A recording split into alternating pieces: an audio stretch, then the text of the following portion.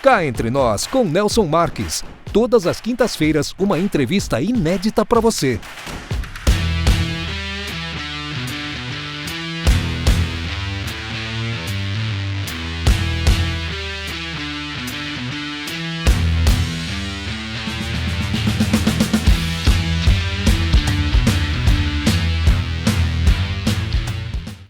Olá pessoal, boa noite a todos. Hoje estamos aqui para explorar um tema de extrema importância para a saúde feminina, a endometriose.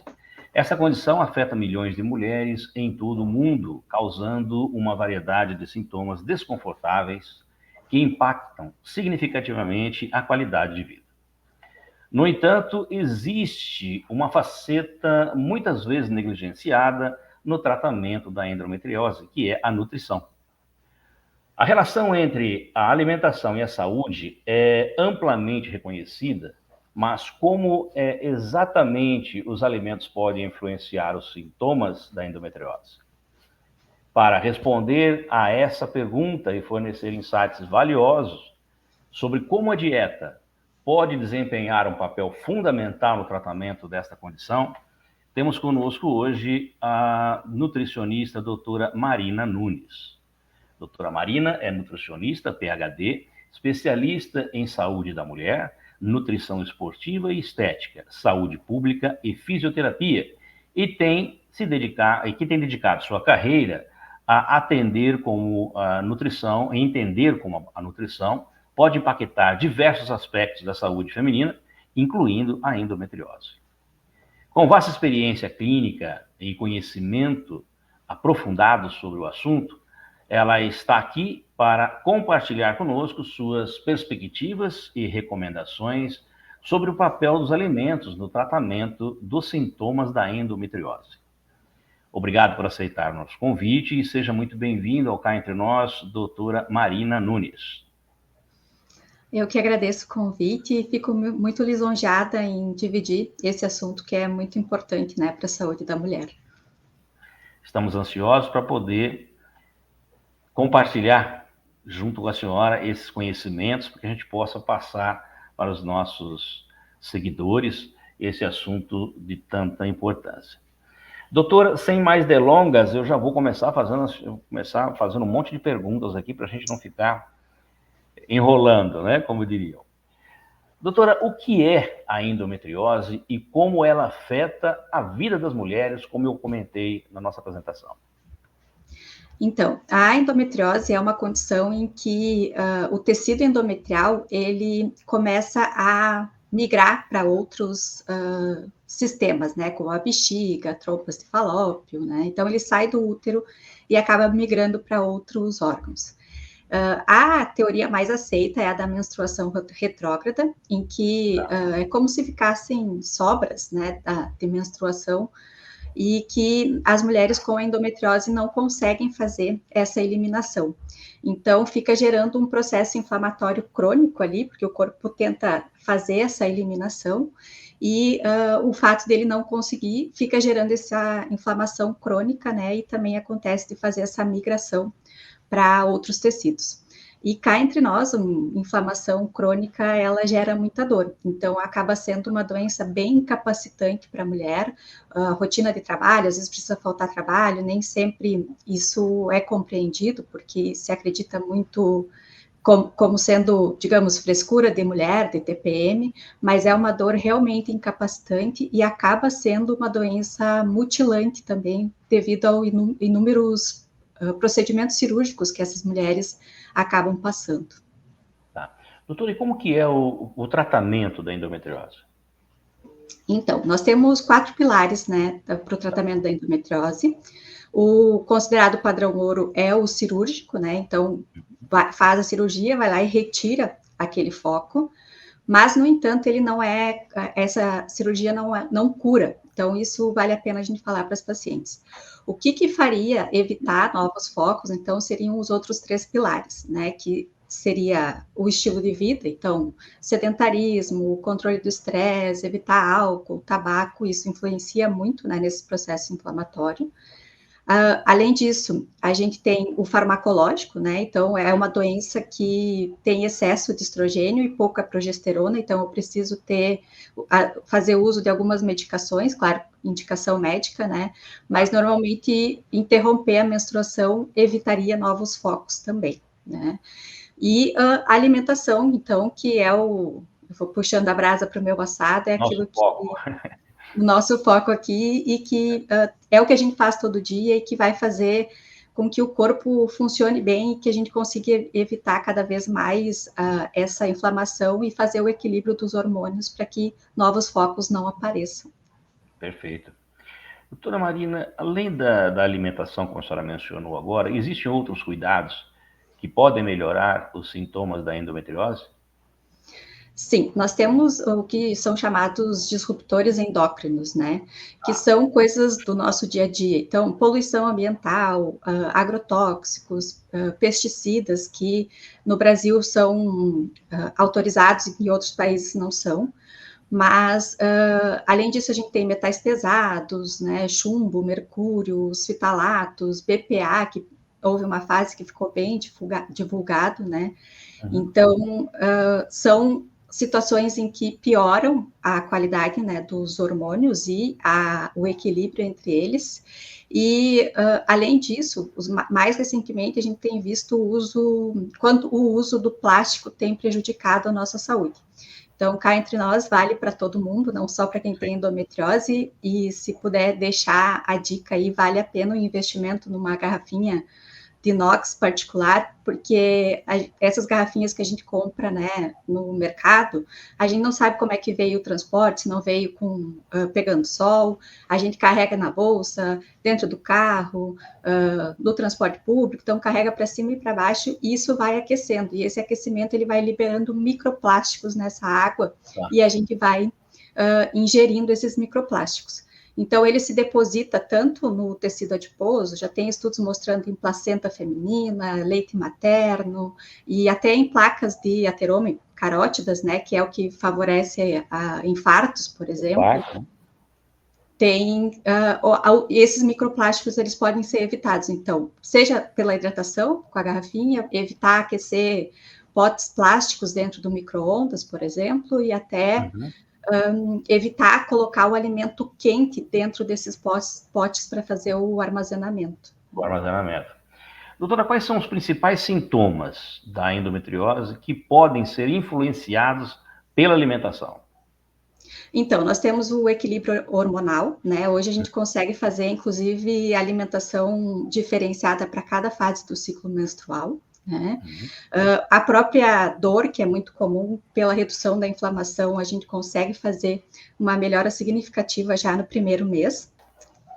E o funcionamento intestinal, que é super importante, né, e que tem uma influência fundamental na doença da endometriose, né? O intestino e a endometriose, eles têm uma relação bem importante, e a alimentação, com certeza, vai fazer com que esse bom funcionamento intestinal também reduza a inflamação. Tá. Como que a dieta pode afetar a inflamação associada à endometriose?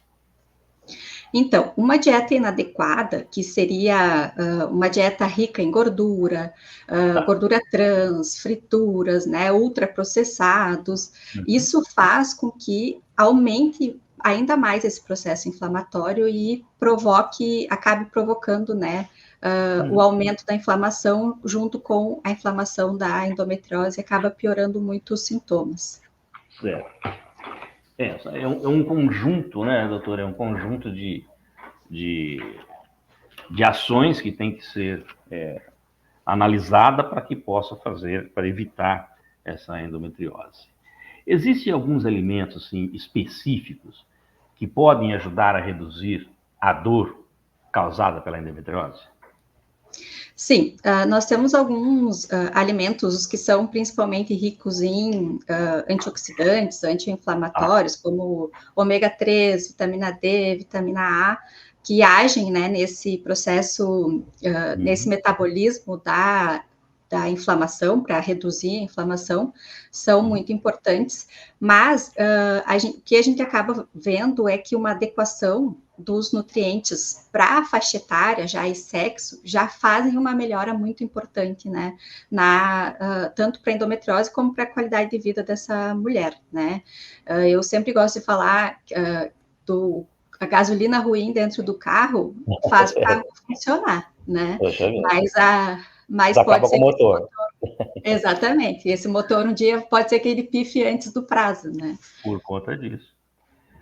Muito interessante. Aliás, essa comparação do nosso corpo com máquina é muito bem-vinda sempre, né?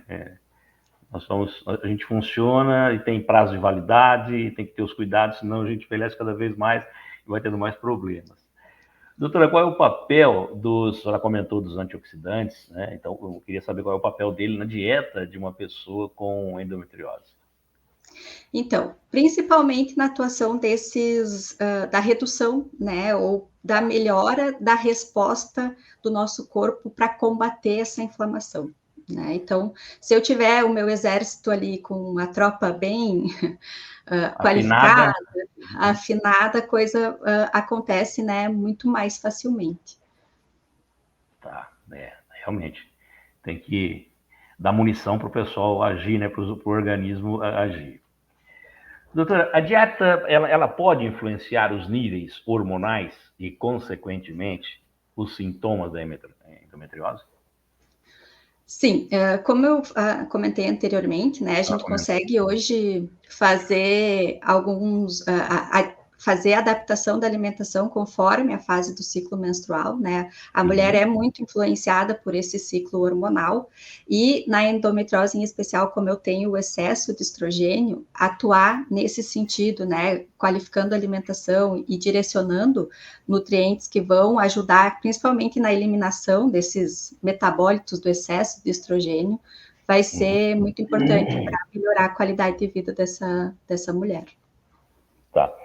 Doutora, em seu consultório, a senhora pode identificar algum tratamento inusitado com a endometriose, aqui do tipo assim, poxa vida, isso aqui não ia dar certo e de repente a gente fez um tratamento excepcional e teve como tipo um case de sucesso, que a senhora pudesse, obviamente, nos falar, né?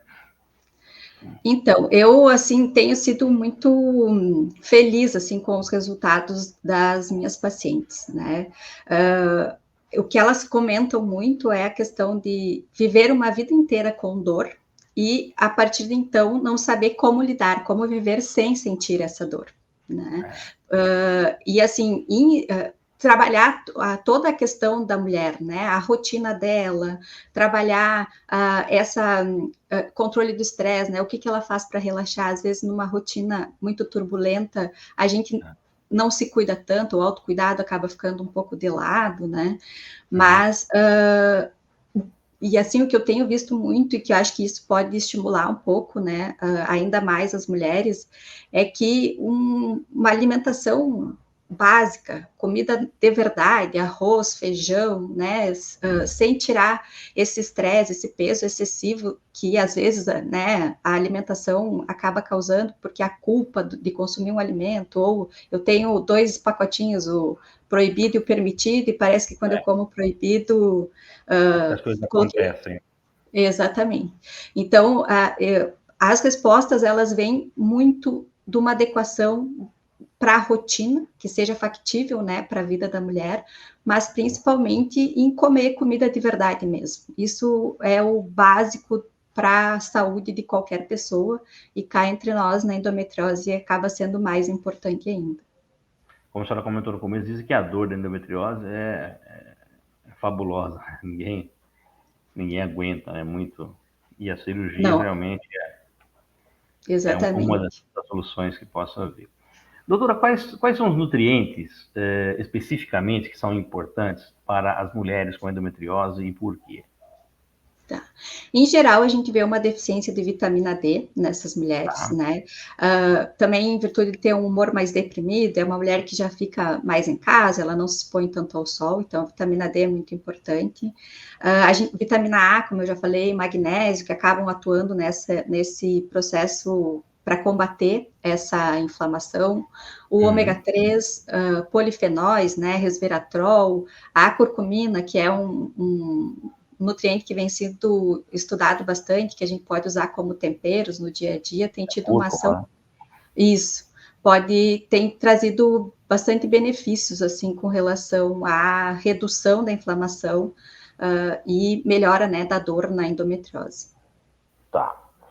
Vou fazer uma pergunta aqui que talvez não seja só para quem tem endometriose, mas como o nosso assunto aqui é endometriose, vai ser direcionada para ela. Como que a alimentação pode impactar a saúde gastrointestinal em pessoas com endometriose? Então, tem uma relação muito importante com relação à microbiota, né? São dois órgãos que estão muito próximos e eles se comunicam. Então, uma desregulação na microbiota intestinal pode interferir, inclusive, no equilíbrio da microbiota da vagina, por exemplo, né? Então, ter um funcionamento intestinal adequado, a gente consegue, é uma das formas de nós conseguirmos eliminar a inflamação. Por quê? Tá? O que seria um funcionamento intestinal adequado? A gente deveria fazer cocô pelo menos uma vez por dia, teria que ser no formato de uma bananinha, não pode ter grumos, sem fazer muita força, sem um cheiro excessivo, um cheiro normal e que preferencialmente não fique boiando, tá? Por que isso? Se o intestino não funciona bem, a gente cada célula é ligada como se fosse por portõezinhos bem fechados, cada célula do intestino. Quando esses portões começam a se abrir, eu começo a fazer a separação dessas células. E aquilo que deveria estar sendo eliminado aqui no fluxo intestinal normal, então, inclusive o excesso, né, os metabólitos excessivos desse estrogênio, que deveriam estar sendo eliminados, eles estão retornando para a corrente sanguínea. E esse retorno para a corrente sanguínea são toxinas, são metabólitos, né? Tudo que deveria estar sendo eliminado volta para a corrente sanguínea e isso também gera um processo inflamatório. Então, seria uma segunda forma de ter inflamação no corpo, além do foco, né, da endometriose, né? Então, fazer com que o intestino funcione bem ajuda a melhorar, reduzir esse processo inflamatório e também essa conexão entre, né, as microbiotas, ela consegue ficar num equilíbrio um pouco melhor. Tá. A mitocôndria tem algum papel nesse tratamento ou não, as mitocôndrias? Então, mitocôndria é a respiração celular, né? Ela é a base de tudo, né, do nosso corpo. Então, a gente ter uma mitocôndria funcionante, ela é importante, sim, mas ela é mais a nível celular, digamos assim, mais microscópica, né? Enquanto que, em termos gerais, esse funcionamento intestinal, ele pode ter uma influência, uma resposta ainda maior, né? Ou mais visível até para a própria pessoa, né? Quando começa a ter um bom funcionamento, a pessoa se sente melhor, a dor reduz, né? O enfesado, que a gente sabe, vem realmente, né, desse termo, o humor da pessoa ele também se modifica com essa ação. Mas a mitocôndria, com certeza, para funcionamento celular, ali, microscopicamente, é fundamental. Fundamental, né? Doutor, essa dieta pode desempenhar um papel na regulação do sistema imunológico e na resposta inflamatória da endometriose? Sim, né? Ter todos os nutrientes, como eu comentei, né, anteriormente, para eu deixar esse exército afinado, alinhado, capacitado, bem treinado, com quantidade de pessoas suficiente, digamos assim, né, dentro do funcionamento, a alimentação é a base de tudo. O que faz o meu corpo funcionar, ou a gasolina do meu corpo, é a alimentação. Então, se eu não tiver os nutrientes adequados, o meu sistema imunológico não funciona, o meu combate à inflamação não funciona, ou funciona, mas não tão adequadamente como deveria. A alimentação realmente é muito importante, não só na endometriose, como no modo geral, né, para todos aí. Doutora, existe alguns alimentos que devem ser evitados por pessoas com endometriose devido aos seus potenciais efeitos negativos? Sim, nós temos principalmente dois alimentos, né, que devem ser evitados, mas como eu falei antes, sem terrorismo, né, é evitar, não necessariamente excluir da alimentação. Então, nós temos a cafeína, que deve ser evitada, porque tem uma ação na mudança ali no equilíbrio hormonal. Então, não só a cafeína do café, né? Então, chimarrão, chá, bebidas de cola, tem uma série de outros alimentos que contêm a cafeína e que devem ser evitados na endometriose. E a carne vermelha também, ela acaba tendo uma ação no equilíbrio hormonal. E, como eu disse, não é excluir, mas deve ser limitado a, pelo menos, no máximo, 2 vezes por semana. Né? Então, a gaúcha fica um pouco prejudicada, né? Porque o chimarrão e o café... Café e a carne, né? O gaúcho gosta de carne. É que o chimarrão também é rico, né, em cafeína, então acaba no frio, fica um pouco difícil ficar sem chimarrão e sem chá também. Bom, eu vou fazer uma pergunta que é meio redundante, que pelo tudo que a senhora já comentou conosco, mas eu vou fazê-la mesmo assim. Como que a nutrição pode auxiliar no controle do peso e na gestão dos sintomas da endometriose? Então, cá entre nós, o peso, ele é muito importante, para a qualidade e saúde, né, tem uma importância fundamental. Mas é uma pergunta mais importante ainda quando a gente pensa em endometriose, porque a perda de massa magra na endometriose, que acontece normalmente nos emagrecimentos com dietas muito restritivas, em que eu acabo, em vez de perder gordura, eu acabo perdendo massa magra, esses aminoácidos que compõem essa proteína, né, o nosso músculo, quando eu começo a perder eles, os focos de endometriose acabam se aproveitando dele como fonte de energia. Então, fazer dietas restritivas para emagrecimento na endometriose pode trazer um fator pior aí, no sentido de que eu posso favorecer esse aumento dos focos, ou dar mais energia para esses focos se proliferarem. Claro que o tecido adiposo, né, a gordura, ela também é inflamatória, então ter o equilíbrio, um peso saudável, né, vai ter uma influência importante para a redução de todos os sintomas e o equilíbrio hormonal também. Tá.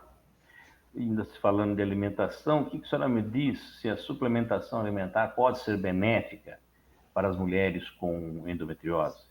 E em caso afirmativo, quais são os suplementos que são mais recomendados?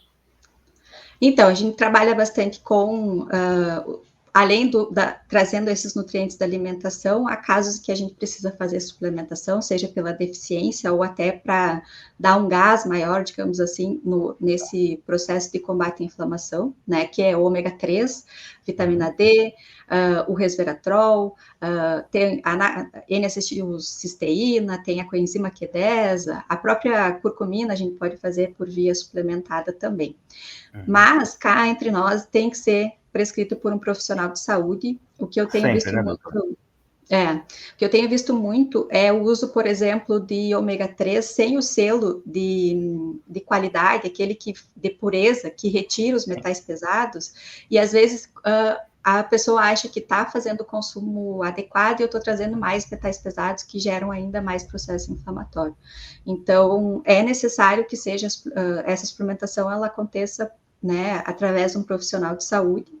E, além disso, a gente tem um fitoterápico que, por enquanto, é o único que foi estudado tanto em animais quanto em humanos, que é o extrato da casca de um pinheiro, que tem uma resposta bem importante e para redução dos vasos, né, para levar... Quando eu tenho um processo inflamatório, eu vou tentar irrigar esse foco para combater, mas ao mesmo tempo eu posso estar alimentando esse foco. Então, esse extrato, ele acaba reduzindo essa alimentação para esse foco, e eu tenho tido muito bons resultados, mas, de novo, tem que ser prescrito por um profissional de saúde. Não tenha dúvida. Doutora, qual que é a importância do equilíbrio hormonal na dieta de uma pessoa com endometriose e como isso pode ser alcançado? Então, Na endometriose, em especial, que a gente tem um excesso de estrogênio e uma certa deficiência da progesterona, o equilíbrio hormonal ele acaba sendo fundamental, né? E como que a gente vai alcançar isso? Tem o farmacológico, né, quando eu aumento dou a progesterona, ou quando eu faço regulação até pelo uso de anticoncepcionais, né?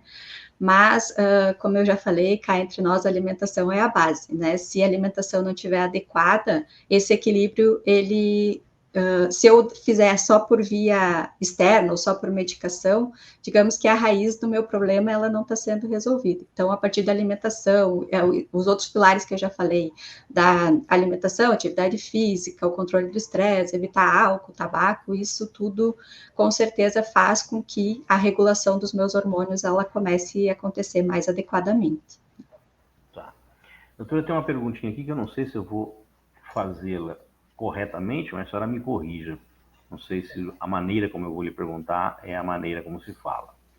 Existem dietas específicas, como a dieta anti-inflamatória ou a dieta com baixo teor de... É aí que eu quero que a senhora me ajude. Low FODMAPs. Low FODMAPs, aí. Que podem ser especialmente benéficas para a mulher com endometriose?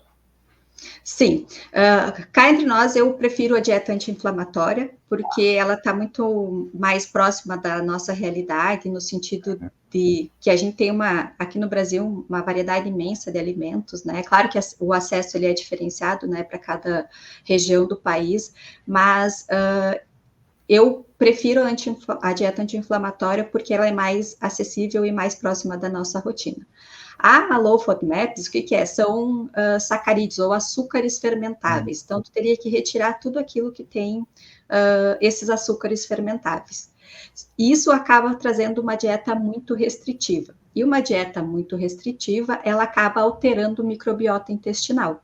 E se altera a microbiota intestinal, aí a gente tem todo aquele ciclo, né, se for pensar em aumento de inflamação. Mas na minha prática, eu acabo utilizando a dieta anti-inflamatória e ela tem tido resultados excelentes. Claro que existem casos, eu vou ser sincera, nunca precisei utilizá-la, a Low FODMAPs, mas com certeza é uma dieta estudada para endometriose, sim. Tá. E como que a doutora Marina aborda a individualidade bioquímica de cada paciente ao recomendar mudanças na dieta para o tratamento da endometriose? Então, bioquimicamente falando, é avaliado a partir principalmente dos exames, né, bioquímicos ali, laboratoriais, em que a gente consegue avaliar se há ou não deficiência, né? Mas, mais do que isso, é tentar trazer para uma realidade mesmo da rotina da pessoa, né? Essas deficiências, elas estão acontecendo por quê? Aí, através da avaliação do perfil, né, dessa pessoa, seja pelos hábitos alimentares, pela rotina, pelo o que faz, como que ela se organiza com relação à alimentação, porque com certeza trazer uma dieta que seja factível, que esteja dentro da realidade, que esteja dentro da rotina dessa pessoa, mesmo que seja para um tratamento de uma doença, fica muito mais fácil cá entre nós de ser colocado em prática do que algo que está muito fora da realidade dessa paciente. Claro. Bom, doutora Marina, agora sim, a minha perguntinha capciosa, cá entre nós. Qual é o mito mais comum sobre alimentação e endometriose que a doutora gostaria de desmistificar aqui no nosso programa? Então, nós temos 2 nutrientes em especial que são tidos como vilões hoje, cá entre nós, não apenas na endometriose, né, mas num consenso geral que é a lactose e o glúten. Né? São 2 nutrientes que estão sendo, né, os vilões da época, mas não existe nenhuma comprovação que a gente deva retirar esses alimentos, né, esses nutrientes da alimentação dessas pacientes. O que realmente a gente tem como estudo e que mais comprovado é essa questão da cafeína, que tem uma influência na alteração dos hormônios, mas como eu disse, também não vai ser excluída por completo, né, e e também a carne vermelha, né? Mas eu sempre falo, claro que hoje, dependendo dos lugares que a gente vive, a gente não sabe a origem dessa carne também, né? Se normalmente a gente compra uma carne que está lá empacotada, com cheia de aditivos, né? Então, agora tu pega uma pessoa, mora no interior, o gado é livre no pasto, né? A pessoa mesmo que faz, a família que faz. Sabe a origem de tudo, né? Aí não faria tanto sentido, porque tu tem uma qualidade um pouco melhor. Mas, independente disso, né, é o que eu falo, a alimentação ela não pode viver com esse terrorismo. É uma coisa tão boa, ela sociabiliza, ela gera memórias, a gente resgata memórias afetivas, inclusive, da nossa infância, Verdade, né, verdade. das nossas convivências, que ela não pode estar dentro desse pacotinho, como eu falei antes, do permitido e proibido. Então, em termos de mito mais comum mesmo, e que acho que é o que está sendo transformado em vilão hoje em dia, eu diria que é o glúten e a lactose. Doutora, não seria um momento, por exemplo, como esse que nós estamos fazendo aqui, de instruir mais a população de uma maneira mais assertiva, independentemente de ficar indicando o que comer, o que deixar de comer, mas explicar para as pessoas de uma maneira tranquila e que possa ser entendida para a população, o que deve ser feito de uma maneira mais tranquila, porque muitas das vezes acontece o consumo exacerbado de alimentos por falta de conhecimento. Com certeza. E tem outras influências, né? A falta do conhecimento, às vezes o poderio econômico da indústria alimentícia, Também. que às vezes influencia, né? A gente tem redes mundiais de alimentação que sabidamente são inadequadas, porque tem excesso de gordura, tem gordura trans, são fritos, né? E que muitas famílias, o auge, digamos assim, do final de semana é levar essas crianças a um local desse. Então, eu acho que tirar um pouco desse terrorismo, né, de tirar aquilo que é proibido, que é permitido, mesmo esses tipos de alimentos, se não forem consumidos com frequência, eles vão fazer parte dessa questão da sociabilização, como eu já falei, da convivência, né, de dividir momentos especiais com outras pessoas. No entanto, eu pegar alimentos até que são da comida tradicional nossa e transformar eles num vilão, com certeza prejudica aí muito, né, a saúde da população e dificulta a pessoa conseguir discernir o que está, porque tu acessa um local, fala mal, acessa outro, diz que está adequado. Aí a pessoa também não sabe a quem recorrer, né, porque as informações, elas realmente estão divulgadas não tão adequadamente, seja por vários fatores, né? Mas, com certeza, os ultraprocessados, eu sempre falo, e talvez acho que vale a pena a gente falar aqui, já que tu abriu esse espaço para a gente falar sobre educação nutricional, que é a leitura de rótulos, né? Tá, básico, né, doutora? O básico, se eu for num restaurante e tiver no cardápio lá nomes muito estranhos, no mínimo eu vou questionar o garçom lá, ou alguém para me dar O que é aquilo? o que realmente é. Então, a gente não tem esse costume de fazer isso no supermercado.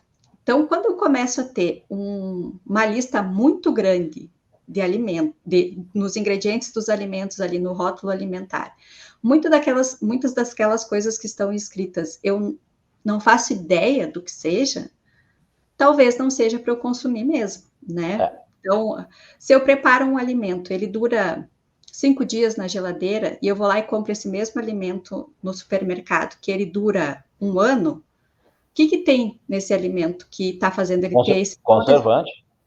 Todo esse tempo de prateleira e esse aditivo, esse químico, ele vai trazer, com certeza não é o que a gente comeria naturalmente através da própria natureza, enfim. Né?